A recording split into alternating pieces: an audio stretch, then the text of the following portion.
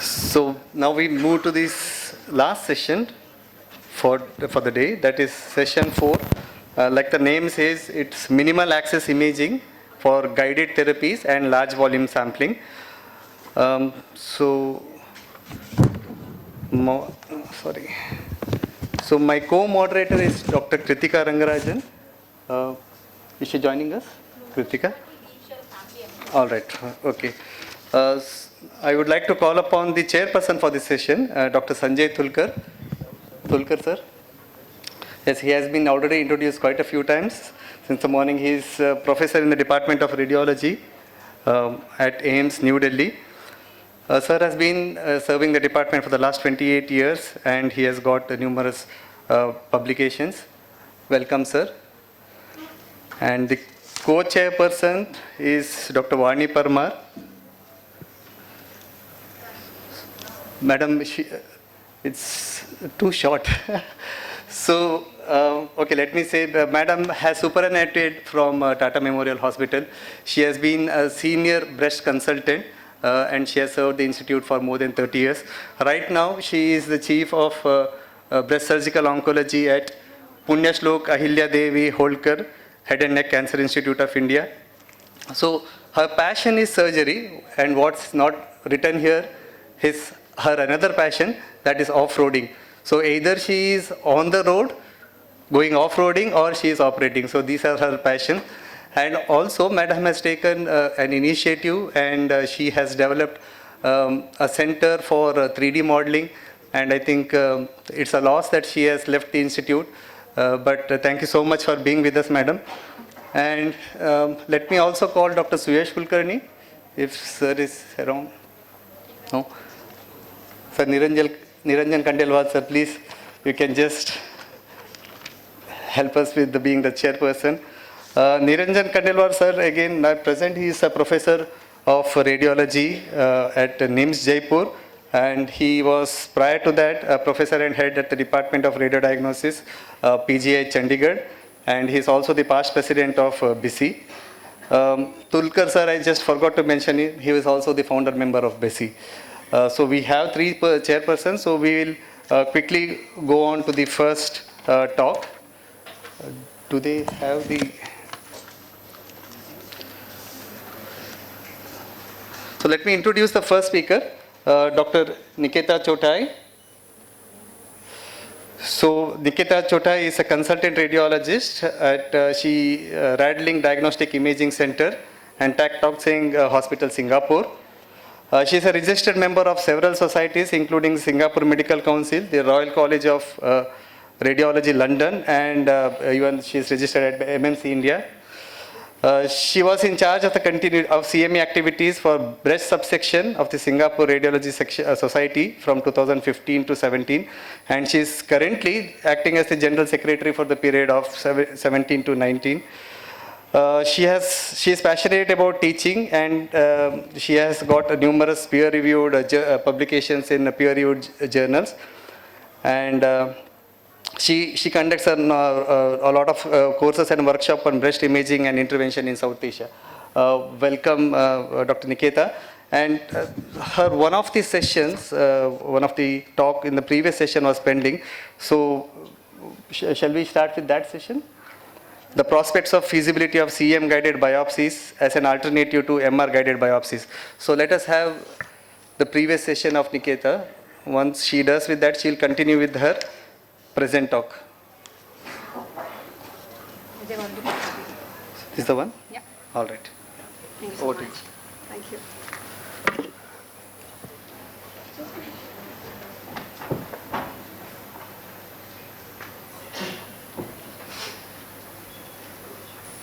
Okay. First of all, apologies for the delay in the morning because of some flight issues. So I'm going to try and quickly make this in short. Whether CM biopsy can be a feasible alternate to MR biopsy. All right, I have no conflict of interest to declare. So we all know that MR is the most sensitive modality to detect breast cancer, and its role is expanding more and more and more. I'm sure Dr. Rizze is here to share with us how, after the DENSE trial and EVA trial, the MR is furthermore getting incorporated even for average risk patients. So whenever a modality is used more, the intervention is going to be asked for more. So last few years, I used to give a regular talk on can CEM or can contrast enhanced mammogram replace MRI. So this time it's just little bit tweaked that can CM biopsy replace or be an alternative to MRI. So we all know that MR is very sensitive, but it also has a long list of limitations. And that is where CM has come to take over and take care of multiple of the limitations by MRI. So it has got low false positivities, relatively low cost, and all these benefits are also going to be carried forward to CM biopsy. So we'll just jump into the CM biopsy part now. So a lot of studies did show that contrast enhanced mammogram does better than mammogram, does better than mammogram as well as ultrasound together, and it almost does as good as MRI. With more use of MRI, there is increasing need of MR breast biopsy. But though it is safe and accurate, and it has got good positive predictive value of about 30 to 45% in most of the places, some places are even higher than that, the limitations are many. The main limitations being limited accessibility, expertise, extremely high cost, patient's comfort, because again it is associated with claustrophobia. It has long examination time and magnet time. So at our place when we started, in the beginning when we were training, we used to take almost about 1 hour to 1.5 hours to do one MR biopsy. Now with expertise we do, or we just block MR magnet for 30 minutes, but it does take time. And definitely there is cancellation if there is non-visibility of lesion on the day of biopsy, so it gets wasted. So now with CM being more and more used in the indications which are previously reserved for MRI, we are seeing lesions which are seen on contrast enhanced mammogram, and they also may need biopsy. Previous to a couple of years ago, when there was no availability of CM biopsy, the process was that you do a second look ultrasound, you try and find correlate on mammogram, and if not, you have to take the patient to MR. So last time we were using CM seen lesion to be done biopsied or done intervention under MRI. Now we're trying to do reverse way. So CM is becoming more accessible and it's becoming more easily available. It's easy to get trained and expertise. The main reason is that CM biopsy is done almost in the same way as a stereo biopsy. So if a person is doing stereo biopsy, it will be very easy for them to then learn CM biopsy as well. It's steep learning curve. It's definitely significantly cost efficient. There is no claustrophobia. And though there are very few papers yet because it is such a new technology, the success rate is reported as 95% with PPV of about 40%. So last time we used to see that when CM seen lesions, there was no CM biopsy, we used to do MR biopsy. Now we are trying to go reverse way. So which indications require CM biopsy? If there are CM only seen lesions, which are not seen on mammogram or ultrasound, or if a lesion is found on MRI, can we replace MR biopsy by offering the patient CM biopsy? So we all know that whenever there is suspicious lesion on MRI, we always try and do a second look ultrasound, or what we call MR directed ultrasound, and about 50 to 60% of the time we do find a lesion, it can be biopsied. 20% of the time literature says that you can go back to mammo and maybe you will find a correlate and then you can do a mammo/DBT guided biopsy. But still there will be 20% of the patient where there is no correlate found, and this patient definitely needs an MR intervention. If you don't have biopsy, you will have to do hook wire localization. Now there is addition of CM biopsy. Why? Because CM does better than mammo ultrasound put together. So there is full chance that this 20% can do a CM, find a correlate, and instead of MR biopsy, you can do a CM biopsy. So this is what we call MRI directed CM biopsy. So there is one paper which is published on this topic where they did MR lesions which they saw on MRI. They went ahead and did ultrasound. So that is the first modality of choice. Do a MR directed ultrasound, do the biopsy, or on on contrast enhanced mammogram, and they found that contrast enhanced mammogram actually is much better than finding the lesion than ultrasound itself. So, and they also found that if the lesion was seen only on CSM, the positive predictive value was even higher. So I'm going to share one of these cases with all of you. So this was one patient which we recently saw probably about a month ago or so. She's a high-risk patient coming for mammo and MRI. Mammo looked extremely dense breast, almost nothing on mammogram. But on MRI, when we did her screening MRI, there was a large area of non-mass enhancement which was seen in upper outer quadrant of left breast, and she needed a biopsy for that. This time we decided to try a CM biopsy instead of MR biopsy for her. Main reason was cost. If given choice, if you ask me, I'm still very comfortable doing MR biopsy, but because we have a new tool, cost constraints, so we said, okay, let's try CM biopsy. So we did first diagnostic CM, and we saw that the exact same area was showing non-mass enhancement in this patient, so we could offer her CM biopsy. And this is the correlate. You can see that how well CM is correlating with MRI. So these are the pictures from CM biopsy, and we did find this lesion on CM, which was proven to be high-grade DCIS. Now, what are the advantages of CM biopsy? It is definitely shorter procedure time, average 10 to 15 minutes. Why? Because you don't have time.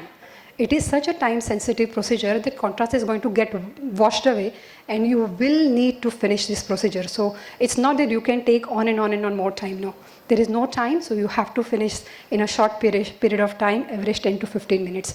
Patients are quite comfortable. It's more accessible now, and it will become more and more accessible. It's more cost efficient. It avoids gadolinium injection with a high success rate. But there are limitations which are related to radiation, iodinated contrast, compromised renal function, allergic reaction, and one of the main thing which I don't like, or when I compare to MR biopsy, is that it still is a 2D imaging. Let me show you by a case. So this was a case which I've just done last week. This was a patient who had her previous right breast wide excision, and now we are recruiting patients for a research. These are high-risk patients, so instead of doing screening mammogram, we are doing contrast-enhanced mammogram. So we did find some non-mass enhancement in the lower, and there was a small blob here in the center of the left breast. So this definitely was very concerning, she being a high-risk patient, and we decided to do a CM biopsy. On the day of CM biopsy, we wanted to target this central area, and we did see some enhancement in the same area. So we went ahead and did the biopsy, and if you see, the cavity looks quite in the same area. So we were thinking we have hit the target.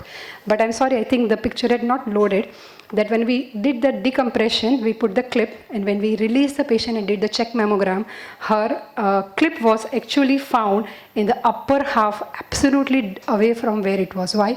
Because 12 o'clock, 6 o'clock, and retroareolar, everything looks same on my compression CC view, right? So there is no 3D imaging, and we have completely missed this lesion. Yesterday, I called up to find out the histology, and this is benign breast tissue.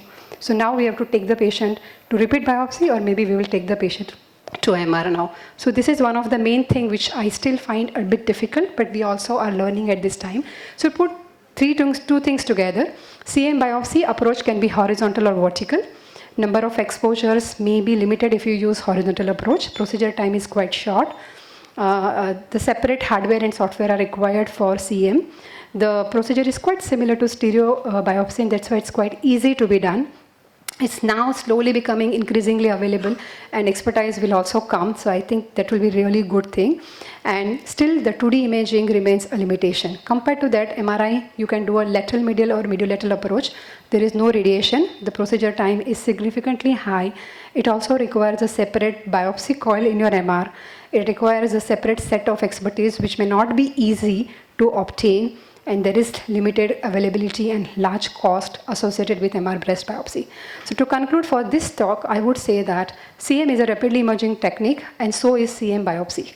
It ensures fast, low-cost, reliable, effective tissue sampling of MR-detected and CM-detected lesions. It is very soon going to become widely available technique, and so the training also is happening, and you will see a lot of people getting trained into that. We need to remember that whether it is MR or CEM, ultrasound should be the first way to go on a second look ultrasound and do the biopsy if it is possible. But now with increasing use of CEM in diagnostic as well as high-risk screening in dense breast, there will be more need of CM biopsy. And now it is possible, it looks at this time at least, that it is going to become a feasible replacement for MR breast biopsy in multiple cases, maybe sometimes selected. In many centers and countries globally, because of the difficult availability and cost associated with MR breast biopsy. So thank you very much. I have one more thing last, that for future, there is a possibility that without injection of contrast, we may be able to find the lesion using AI, and that would be really nice. And CM-guided vacuum-assisted excision for small cancers may be an accurate way of a therapeutic option for cancers. These are all theoretical and getting under research, but this is possible for future. So thank you very much, and I think I should be moving to my next talk. If there are any questions, you can take later if you have time. And I know we are running short of time. Can we move on to the next one? And if I'm not able to answer any of your questions here, feel free to reach out to me when I come down, so that we don't waste everybody's time here. Yeah. Thank you, Nikita. That was an excellent presentation for the contrast-enhanced mammograms, which have kind of now sweeping over everywhere as a very cost-effective method of analyzing suspicious lesions, especially so in dense breast. So yeah, I think we will. Is there any question? Otherwise, we will move on to the next talk, which is we had on a demonstration of CM biopsy today morning, so I'm sure they're very fresh from that demo I'm sure, today yeah, morning. yeah. So your next talk, I think, is the ultrasound guided. My next talk is technique of vacuum-assisted biopsy versus vacuum-assisted excision. Okay, there's a very little difference between these two techniques, so that is what I'm just trying to go and make the difference and leave the rest of the speakers to talk more about these two techniques. So I have no conflict of interest to declare. Do you want to start the timer for me so I'm aware of it and I don't overshoot, please? Thank you. So we all know that core needle biopsy is one of the most easily available technique and most commonly used, which is fine, which is really good. But it comes with multiple passes. To avoid this, Webb was developed in about 1995 with single insertion, and with addition of vacuum, a larger tissue could be obtained. And is it associated with the main thing is that the underestimation rate was lowered with this. So this worked very well, and it has gone to that level that at many places like ours, when it comes to stereotactic biopsy, when it comes to MR biopsy, there is no question of doing core biopsy. We just do VAB. And that is why, because they are important procedure and we don't want any underestimation as much as possible. So this is vacuum assisted biopsy, and generally it is used with 9 and 12 gauge needles, and the main intention is to get good amount of sample that will be representative to come to the diagnosis, that's all. And it has replaced core biopsy in stereotactic and MR guided procedures.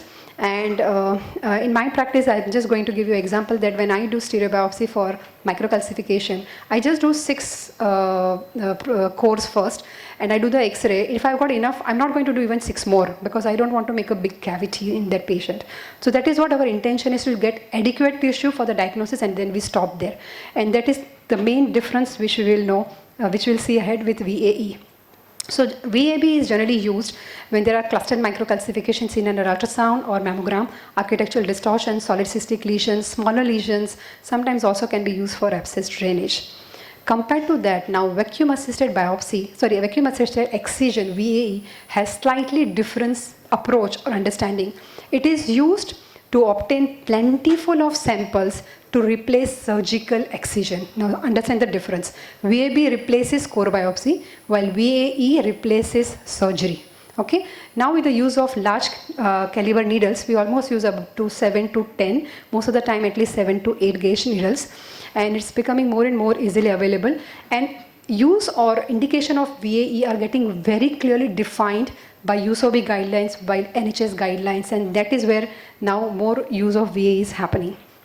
It has been shown in literature that it has potential to de-escalate surgery in about 70% of B3 lesions, and this helps to reduce the cost, underestimation and over-treatment without compromising the quality of patient care, and this is very important.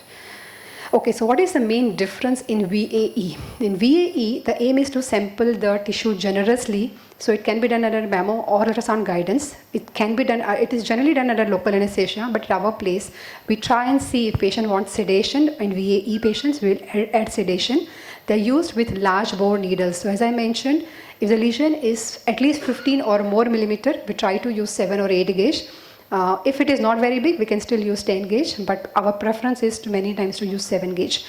The sample, every core measures about 300 grams, and so the underlying principle of VA is that amount of tissue which you take out, we weigh them, we literally weigh the tissue, and it should measure minimum 4 grams. It means that with 7 gauge needles, you will require at least 10 to 12 samples. Okay.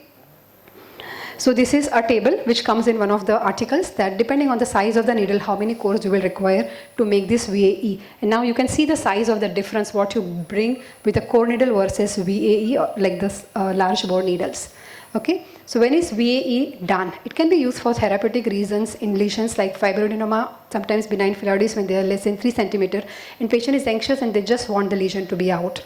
It can also be used specifically for diagnostic purpose, which may turn out to be therapeutic later on, for B3 lesions like radial sclerosing lesions, FEA, IDP, that is papilloma without atypia, and unifocal ADH. Also, when there is a red path discordance with core needle or vacuum assisted biopsy, then instead of a surgical biopsy, you can take shelter of VAE. When it is not to be done, when the lesion is very big, and if it is a lesion which is very close to the nipple or chest wall, then this such big cavity may make it a little bit difficult to get adequate tissue. So VAE for benign lesions like fibroadenoma is very well established and is done as a safe and effective procedure at many places. Many people call this as a minimally invasive surgery by removing the entire lesion. Personally, I use this only for a lesion up to 2 centimeter, but I've seen people also up to 3 centimeter being utilizing VAE. Patients have high degree of satisfaction because they can get the lump out without a big scar. It definitely gives a higher chances of hematoma and good cosmetic results. Now VAE for B3 lesion is the one which we are going to talk again and again in these 2 days.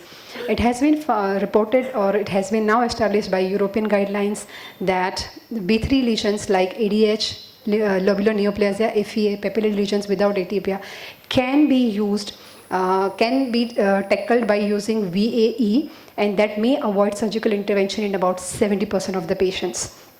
This decision should be made only after MDTs.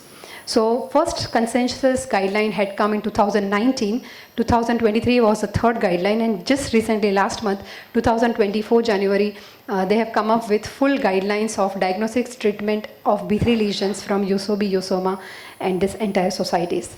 The main difference between these two lesions, these two societies, what I have found is that in NHS guideline, even if there is ADH, if it is less than 15 millimeter, they still want to go ahead with VAE compared to European guidelines, where if there is atypia or ADH, then they generally prefer open surgical excision. All right. So now let me put these two next to each other. What is the difference between VAEB and VAE? The overall procedure is the same, but the intention is different, and that difference is that here you are just sampling adequately, while here you are replacing a surgical procedure, and that's why you're getting at least 4 grams of tissue. This is a diagnostic procedure. Here it may turn out to be therapeutic procedure and may avoid surgery. The needle used is about 9 to 11 compared to 7 to 10 gauge. The number of samples, generally we do about 6 to 12 here, while here it can need, depending on the size of the needle, between 12 to 30. Most important being the tissue weight, the core samples together should weigh at least 4 grams, and that is why it is more likely to be associated with larger hematomas. So we'll talk about hematomas in the next talk. So now, why is it better than surgery? Because it can be done under LA, it can be done under radiology department, very small skin incision and better cosmetic and less costly compared to surgery, which generally would require GA in an operating room, may require a separate hook wire localization, bigger incision, affect the cosmetics in a worse way, and higher cost. Okay, it also is preferred by many patients. So what is the possible extra use now of VAE? You might all have heard about small trial, which are biologically favorable screen detected small cancers when they are T1 stage. They are now getting treated, they're under trial to remove only using VAE. It means that in future we might reach a stage where a cancer patient may avoid surgery, sometimes directly or sometimes post-neoadjuvant or post-cryoablation. So these are possible, very bright options available to us using VAE. To summarize, in the era of personalized medicine and de-escalation treatment, VAE has distinct advantage over surgery in terms of cost, feasibility, morbidity, and cosmesis. It is becoming increasingly available as well as utilized. VAE seems like a good alternate to surgical excision in many breast conditions, especially the B3 lesions, where it can avoid surgery in more than 70% of the patient.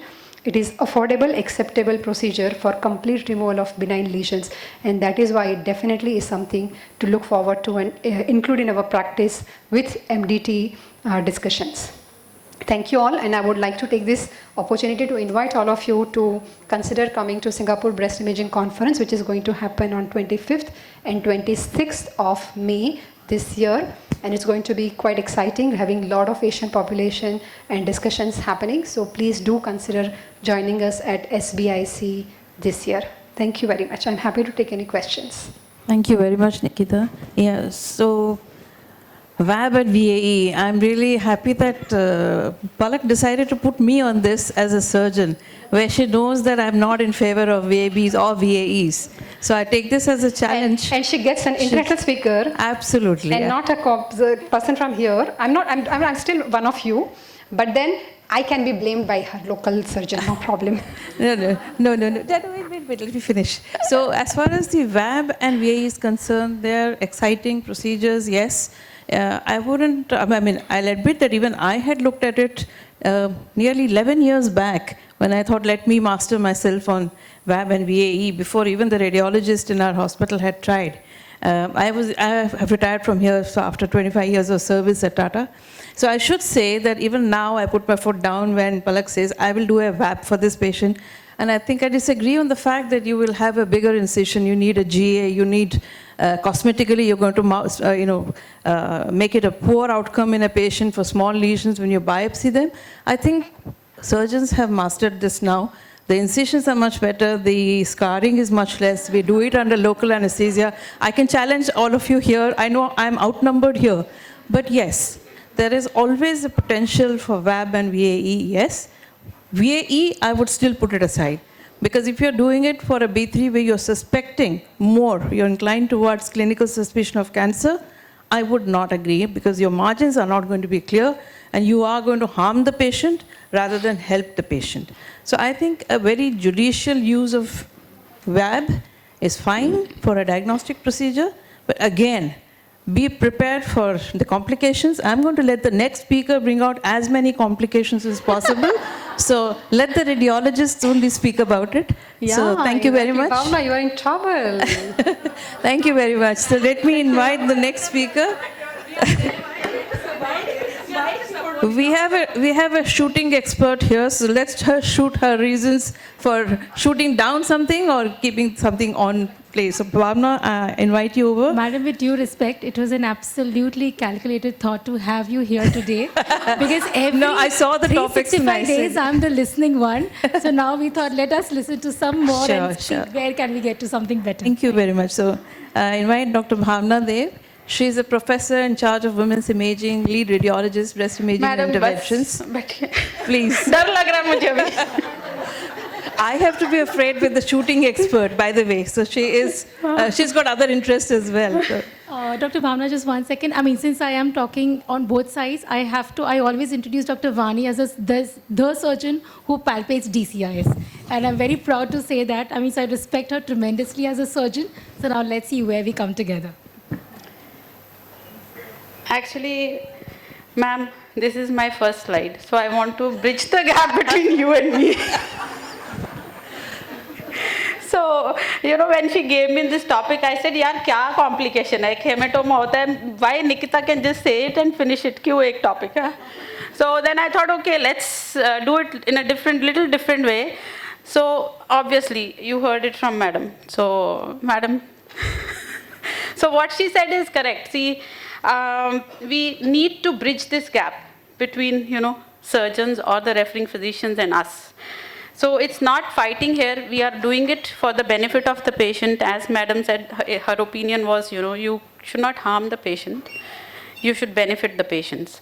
So somehow we have to bridge this gap. Okay, so we need a lot of scientific data, we need proofs, we need literature, and we need to, build a confidence between them and us. Okay, for that we have to select the right patient. Because we can't just pounce on कि हाँ जी हमारा web आ गया है machine चलो करते जाओ and अपने patient के number बढ़ाते जाओ. That's not the thing to do. That's where we lose lot of things, and I'm actually, as a radiologist, I'm standing here today and we have lost lot of things to other, other specialities because we just bounce on something when it comes and then we just leave the interest. Okay, we have to choose the right case. Okay, it's then only we will build the confidence among our colleagues and we can achieve what we want to do. And also, when the patient comes to me and, I am experienced in doing a VAB, I know what are the indications. So I don't find it wrong to talk to the patient when I'm doing her ultrasound. At least I tell her that this is also one of your options, okay? Rest, Google auntie is there, they all have to go read and then they have to finally, whatever their surgeons say, they do that. But at least I think, madam, patient should be made aware of the possibilities what we have. So I think these are the important things. All of you have heard VAB since morning, but I think these are the main things which we find challenging and we should get it. And then, one thing is convincing our own colleagues, our own surgeon friends that, they have to send the patients. Then the next thing is you have to convince your management. The first thing they ask is, okay, you're buying this machine for this much and this needle is costing this much. How many patients you will do? When will you get the revenue back? So you really have to, calculate those numbers. And then only these are the challenges which you face. Okay, all of us who are sitting here, that we go and I tell, okay, how much ever, famous I am in my hospital, I go to the management. First thing they ask is, when will you get me the revenue back which I'm going to spend? So you have to really tell them how many number of patients, how will you get the patient's referral? And then you have to do costing each patient. You have to actually do some kind of a costing and show them that, okay, this will be the, we'll charge the patient and this much hospital will benefit and so on and so forth. So that's also a very big challenge when you need to get into something new. So now the equipment has come. Okay, अब क्या करेंगे? आ गया, ठीक है? So finally, after you have convinced your friends and, some surgeons said, okay, we'll send some patients. Management is convinced. Now the machine has come. Now we have to spread the information. So you need to, everybody has to, again, you have to go to all the surgeons, all the physicians, gynecologists, okay? And madam, by the way, gynecologists are better referrals for us. Okay, no, practically this is what I have also, with all due respects, ma'am, okay. In my practical experience, if you go talk to the gynecologist, actually, at least they are sending these young girls, where you can do this fibroadenoma excision. So anyways, so the point here is that you have to talk to your, different specialities and you have to make them aware. You have to go to IMA, you have to go to their meetings, CME, small meetings, at least make them aware that this is what is present available there. Okay, then you have to put in different parts of your hospital, you have to put the standees, you have to create brochures, all this you have to do so that you get some patients. So these are the practical challenges. Now we have found the equipment, everything, and now I have started doing the procedure. So now what happens is when sometimes we get a very beautiful patient, like, acha fibroadenoma hai, it's sitting in the center of the breast, you don't need to do any, techniques on it, you just put the needle underneath the fibroadenoma and you suck it. So these are the patients which are actually, ideal patients are very rare. So something or the other you have to keep doing, some small challenges which we have been listening actually throughout the morning, but just a revision of this. So sometimes if, it's sitting on the pec, you have to create a safe window. Okay, so you can always do a dissection, raise the lesion, okay, which you have been seeing and practically since yesterday and listening also. So these are the small nitty techniques which you do and you get a good window, safe window between the lesion and the your needle, and you can go ahead and do.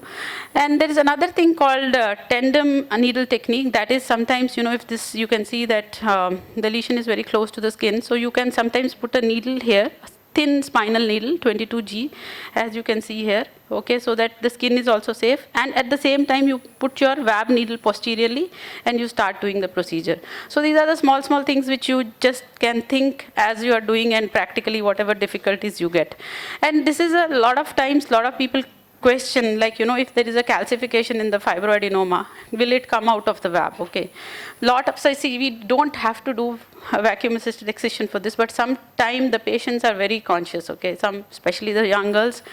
So fibroadenomas which have calcification, you can actually do VAB, you can take it out. These are the few things which practically people have asked me, so I'm putting it forward. And this is something, I don't know my friends have found this or no, but this is something which in the beginning we've had this lot of issues. What has happened is, if you are doing a procedure, and by chance, all of you have seen the needle, okay, yesterday in the workshop, there are two buttons on that. One says vacuum, one says VAB. Okay, VAC, one says VAC, that is vacuum, another says sample. Thank you. Okay. So when you press VAC by any chance, so what happens is, when there is no, hard ball, there is nothing there, so what is created is this air.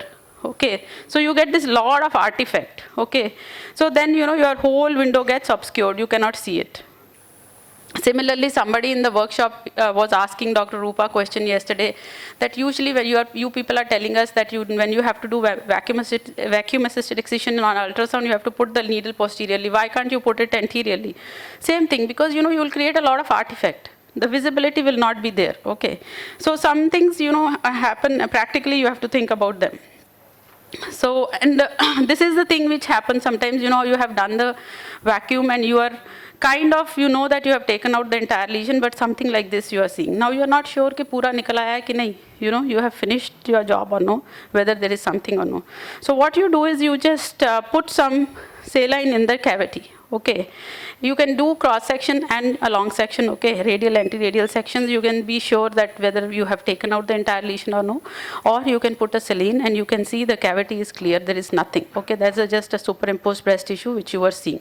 So these are the small things when you are you are in a doubt कि पूरा है कि नहीं है. When in doubt, कुछ जुगाड़ करो ताकि पता चल जाए that there is nothing there. Okay, so now post-procedure, as in the morning, Dr. Rupa was telling, somebody asked that, how do you find, आपने पूछा था, yeah, कि, you have done the vacuum and, where you have to put a marker. So you have to keep it there only. What Dr. Rupa was telling is very practical way. You keep the probe there only. Tell somebody to give you the marker and you push it, because you know that you are there only. Otherwise, sometimes when there is no hematoma, it's very, very difficult to find that situation. So like in this case, you can see, कुछ भी नहीं है यहाँ पे यार. Okay, and then how do you know this is the place? So this is what we have to do practically, and we drop the marker there. Then sometimes you have a beautiful small hematoma like that, then you can drop the marker there. But these kind of situations, don't apply that technique which I told you. And this was, sometimes one patient comes, okay, it's very, very difficult when the patient comes post-procedure after. Sometimes they say that you had somebody had come from US, they did 6 months back one vacuum and they had put a marker, they had put something. So how do you find it? What I feel is, sometimes you have a report, some people write that it is so many centimeters from the nipple and all that, and how much depth was that. You can use that, but still it is very, very difficult to find that. So sometimes if you're lucky, you will see this posterior shadowing, which, very very few times, but we are not very sure. See, this also, somebody can say this is just a fake thing, okay, but I know it is not, okay, but some people can do it, but this is the only thing. Same thing in cross section, you can see some small posterior shadowing. So basically, we don't have a marker which is called hydromarker in India still. Okay, this is a beautiful marker, which is actually a combination of two things. It is a metallic component. What happened? So it's made up of two components, metallic and an expandable polymerized and desiccated polyethylene glycol. So when it touches the water, it swells, okay? And on ultrasound, it will be seen like this, how it is seen here. It's seen very beautifully, like there is a hypoechogenicity around this. This marker is seen beautifully on ultrasound, and mammo, obviously you will see it, it is like a spiral shaped. So it swells, but it's not available in India yet. And that was the ultrasound things. And you know, when you do stereotactic or tomosynthesis guided VAB, you have some difficulties, you have some issues. So first thing, what a lot of my patients know, when you don't have an upright chair, okay, this chair really helps because the patient is fixed and patient is very comfortable. So you need to have this. This is also a simple thing, but I thought I should mention this, that you know, chair really makes a lot of difference when you are doing such kind of procedures or techniques. All these things we have heard. So sometimes these are the challenges which we have. If you have a very thin breast, obviously, you know, it's a 2 centimeter thing and you can't put a 2 centimeter needle inside. So sometimes it's challenging. So you don't have to do it. But since I had a talk, so I have to tell this. So you can pull the, you know, make the skin, pull it, and you can use the needle. Thin breast, so sometimes surface target, same thing. If the target is very superficial or very posterior, this may be a challenge. Blood vessels, if big mota blood vessel is there, then only it's a challenge. Otherwise, we usually don't care about this. Then posterior targeting obviously is a problematic situation, and you have been hearing that how to tackle with that since morning. Droopy breast, sometimes you know you position it and it, because of lot of breast tissue and lot of skin, sometimes you see that skin is very thin, so it keeps changing, surface changing, so you have to reposition the patient again and again, so it can cause waste of time. So basically, vacuum assisted biopsy is a very, very safe procedure, okay? If you get a chance, start doing it. It is simpler than doing one thing I want to make it clear, all of us were discussing, first of all, you should not take home this message that now everything is vacuum. Biopsy is there, okay, core needle biopsy is the main thing, but there are certain indications for vacuum assisted excision and biopsy. And it is a very safe procedure. So complications which we can get is bleeding, okay, which you can which you can tackle by manual compression or by giving a cold compression. Then sometimes you can get a hematoma, same thing, you have to compress the patient. The main thing of VAB is you have to sit on the patient. See, what happens is we lower down the table and we put our weight and we stand like this for 10 minutes. Your assistant, your fellow, whoever it is, they have to stand. Nothing will happen to the patient, okay. So basically compression is the main thing, that's it. Vasovagal action, okay, a lot of people say that, you know, patient should be fasting. So, यार क्यों fasting करना उसको तुमने? And if you are doing a simple thing, at least tell her to have some light breakfast, okay? She should have high on sugar. Some people know, I mean, already they are anxious and you are making them, कोई ज़रूरत नहीं है fasting का, give them something to eat. So, and sometimes you get this also we, heard it in the morning that patient can get ecchymosis. But all this is just monitory, it will get, okay by 1 or 2 weeks. Infection is very, very rare. But I have to mention, and there are few other complications which you should at least have in mind, like pseudoaneurysm, pneumothorax, Maunders disease, injury to prosthesis, milk fistula, and skin injury. But these are really, really uncommon. Okay, only thing which can happen is bleeding and hematoma, which we should actually do compression and be done with it.